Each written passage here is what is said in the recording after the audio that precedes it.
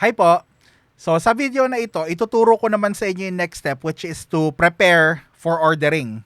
Okay? Ngayon, una sa mga kailangan nyo malaman is yung mga iba-ibang suppliers minsan ay may iba-ibang system kung paano sila nagpapa-order. Okay, meron yung mga iba na okay na sa kanila na phone na i-dictate mo sa kanila yung order. Meron yung iba na may official na spreadsheet na ito, fill out mo tong spreadsheet na to. Meron sa kanila na ang hahanapin is yung product code, hindi UPC kundi internal code nila. Tapos kailangan mo i-specify kung ilan yung gusto mong quantity, and by case pack ito usually, okay? Tandaan nyo may MOQ, okay? So, kailangan mo silang i-organize according doon sa gusto nung supplier na yon. Okay, so paano mo malalaman kung ano yung gusto nila? Usually pagka onboarding ka, kunyari nagawa mo na yung account, maibibigay sila sa inyong package. Usually kasama na doon yung how to order, parang ganon. Okay, pero kung wala nun, hingin nyo sa kanila how do I place an order, parang ganon. So, hindi naman madalang lang yung walang instruction, okay? So, wala akong mapapakita sa inyo ngayon dahil wala akong hawak. Pero, sa base sa experience ko, either hahanapin nila sa inyo kung ilang cases, yun ang number 1, tapos yung product code nila. Okay, either internal or yung UPC. Kasi meron silang UPC code, tapos meron silang product code. So, ang sa experience ko usually product code nila yung hinahanap nila, hindi UPC. Okay? Yung product code nila kung ilang cases, tapos parang yun lang actually yung inaano nila. Tapos i-send na nila sa inyo yung invoice, tapos babayaran mo siya. Parang gano'n. So, iba-iba yung sistema. Okay? Pero anyways, ganun nga. So, kunyari ito, punta na tayo sa screen ko para mapakita ko sa inyo kung paano yung preparation man lang. Okay? So, ito tayo sa screen ko, and kung maalala nyo, nandito tayo sa, sa wholesale sample sheet kanina. Okay? So, ngayon, ang initial na gagawin ko, kunyari, nakita ko na yung mga products na gusto ko, di ba? Gagawa lang ako ng simpleng kopya rito. Kunyari, ito, na-analyze ko to kunyari. Kamatch niya yung nasa Amazon, tas profitable siya. So, for now, ika-copy ko muna. Okay? Tapos kunyari ito rin. Okay?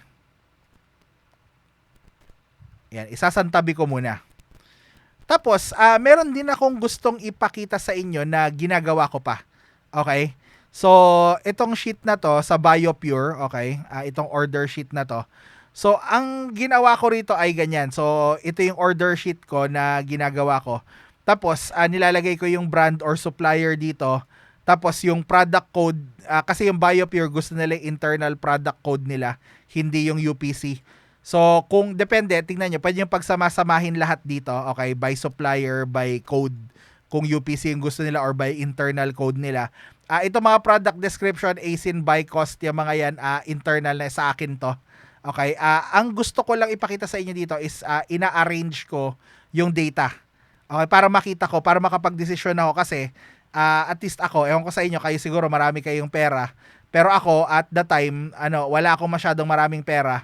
So, kailangan ko mag-prioritize na ano yung pinaka dapat kong i-focus na mga products. So, tingnan nyo to, okay. Kunyari ito, nakalagay dito yung mga ROI, kung ano yung potential profit, break-even price ko kung sakaling ibagsak ko yung presyo, parang ganon.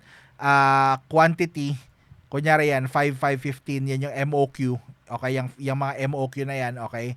Tapos yung total cost, okay, yung total na potential profit na kikitain ko kung may notes ako.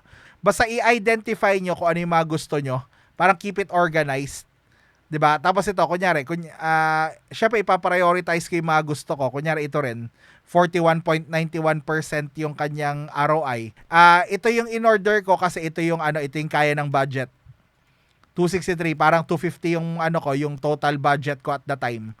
Tapos 213 yung pasok sa budget kasi 263 hindi ko kaya, beyond na. Parang so yan, ito yung kinuha ko pala kaya naka-red siya. Kasi siya yung pasok sa budget ko.